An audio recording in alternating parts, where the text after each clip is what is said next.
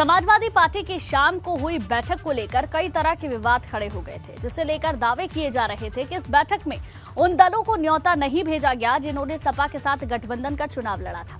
हालांकि समाजवादी पार्टी के लेटर से साफ है कि उन सभी दलों के विधायकों को पत्र भेजा गया जो कि चुनाव जीतकर विधानसभा पहुंचे हैं और इसके बाद विवाद के कयासों पर रोक लग गई है।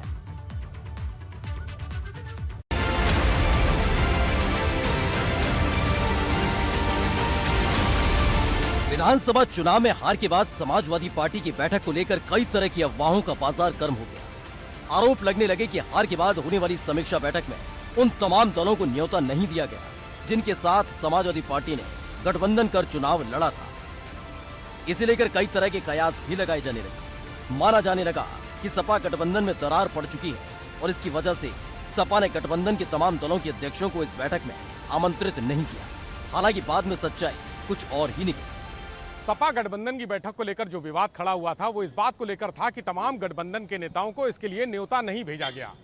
हालांकि इस बैठक के लिए जो पत्र सपा ने जारी किया है वो सिर्फ उन उम्मीदवारों को जारी किया गया है जो इस बार चुनाव जीतकर विधानसभा पहुंचे हैं।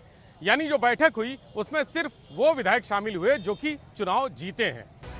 इस बात को समाजवादी पार्टी की ओर से भेजे गए पत्र से और बेहतर ढंग से समझा जा सकता है। दरअसल इस पत्र से साफ होता है कि प्रसपा अध्यक्ष शिवपाल सिंह यादव को बैठक में शामिल होने का न्योता भेजा गया। हालांकि शिवपाल सिंह यादव सपा की बैठक में शामिल नहीं हुए। शिवपाल सिंह यादव सपा के सिंबल पर जसवंत नगर सीट से विधायक बने हैं। इसके अलावा सुभाषपा के अध्यक्ष ओम प्रकाश राजभर को भी न्योता भेजा गया था और ओम प्रकाश राजभर गाजीपुर की जहूराबाद सीट से विधायक बने हैं जो इस बैठक में शामिल हुए।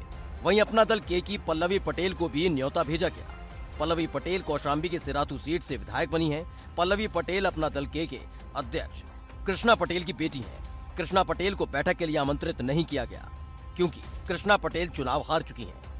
वहीं बात राष्ट्रीय लोकदल की जाए तो रालोद विधायक राजपाल बालियान को न्योता भेजा गया।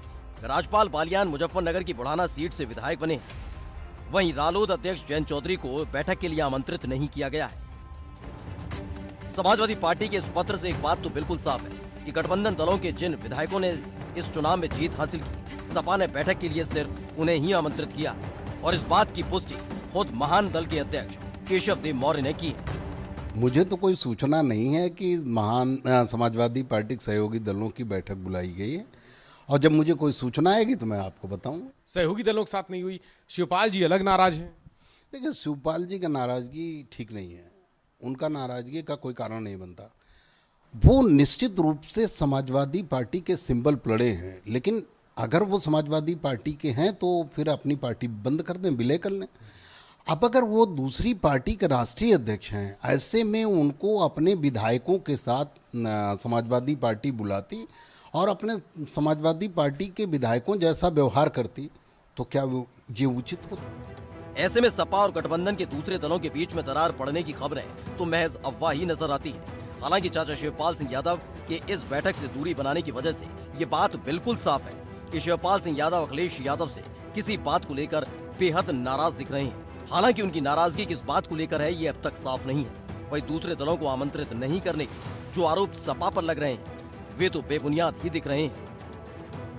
सपा गठबंधन की बैठक को लेकर पिछले कुछ दिनों से कई सवाल खड़े हो रहे थे। एक और चचा शिवपाल की नाराजगी की खबरें आम हो चुकी थी तो वही गठबंधन दलों के अध्यक्षों को ना बुलाए जाने को लेकर भी सवाल खड़े हो रहे थे। हालांकि समाजवादी पार्टी ने इस बैठक के लिए जो भी लेटर जारी किए उसे साफ हो गया है कि ये बैठक सिर्फ उन विधायकों के लिए बुलाई गई थी जो इस बार चुनाव जीतकर विधानसभा पहुंचे हैं।